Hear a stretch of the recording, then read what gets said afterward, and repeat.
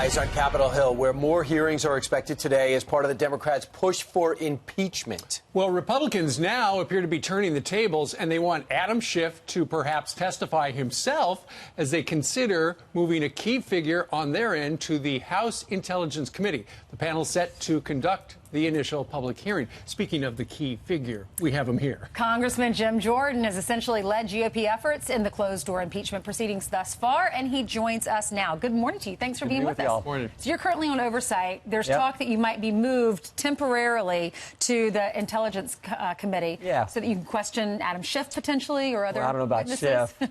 We'll see. That's a call for Leader McCarthy. Why would they do that? Because you're a bulldog? Well, I mean, that's a Kevin, Leader McCarthy's call. If Kevin and Ranking Member Nunes want that to happen, then that helps our team. I just want to help our team.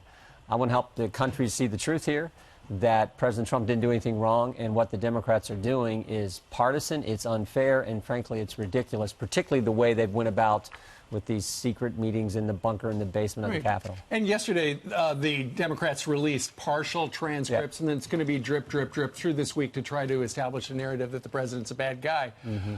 You know, this all got started, the Ukrainian thing, with this whistleblower who told a story that was leaked that turned out not to be true.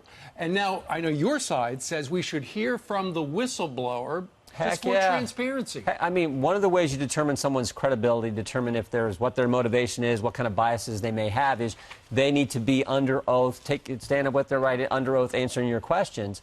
And frankly, the position we have is the same position Adam Schiff had 6 weeks ago. Remember when this first happened, Adam Schiff said we need to hear from the whistleblower, and then 6 weeks later says no, we don't. One thing happened in that 6 week time frame. Namely, we learned Adam Schiff's staff had met with the whistleblower. Once that fact came out, it suddenly changed their story. But the idea that we're going to impeach a president less than 12 months before the next election, based on an anonymous whistleblower with no firsthand knowledge, who has a bias against the president, who worked with Joe Biden, is ridiculous. And the fact that we don't get to question them under oath and determine what kind of biases they may have.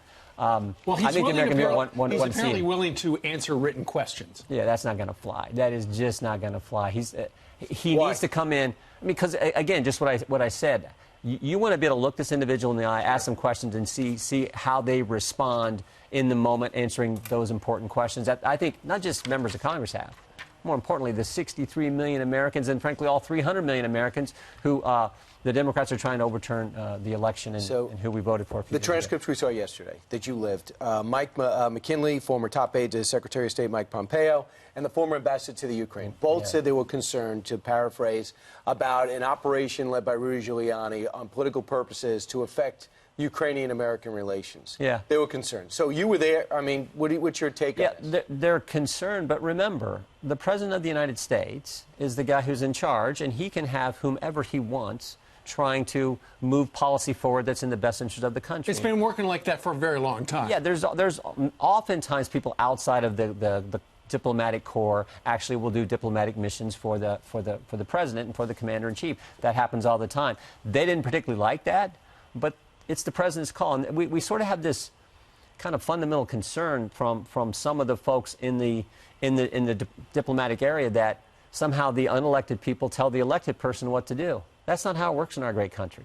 The President of the United States is the one we elected, we the people elected. He's the one who determines policy, and he's the one who can decide who's going to be ambassadors and who's going to do the diplomatic missions that he thinks need to be done. How does all of this play out? Because realistically, you might want to question Adam Schiff, you might want to question the whistleblower, but it's up to the Democrats because Adam Schiff's in charge. So realistically, that's not going to happen. So how does this all play out?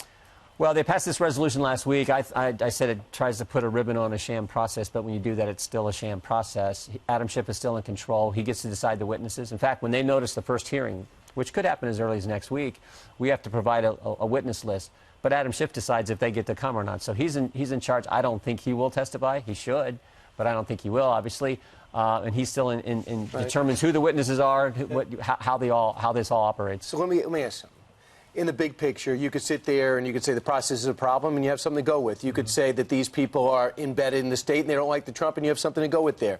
Or you could say, why was the president looking in the Ukraine? Was there a reason? And what was Hunter Biden doing? Couldn't find out for sure. So have you thought about getting on the offense and proving there was a reason for the president to be concerned instead of just looking at this and saying this is not impeachable? Well, there was certainly a reason. Ukraine has a long history of all kinds of corruption, one of the most corrupt nations on the planet. Senator Schumer told me 2 weeks ago that they had nothing to do with the 2016 election.